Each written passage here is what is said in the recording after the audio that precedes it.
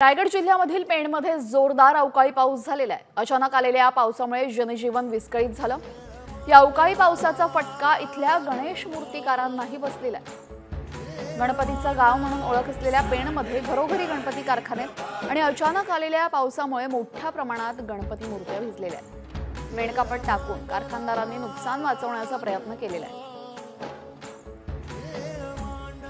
पेणमध्ये अवकाळी पावसाचा फटका गणेश मूर्तिकारांनाही बसलेला आहे। जोरदार आलेल्या पावसामुळे गणपतीच्या अनेक मूर्त्या भिजलेल्या आहेत।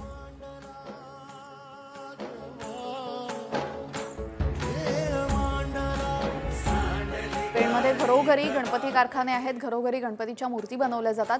मात्र गेल्या काही दिवसात झालेल्या वादळी वाऱ्यामुळे आणि अवकाळी पावसामुळे शेतीसह आता मूर्तिकारांना सुद्धा याचा फटका बसतोय।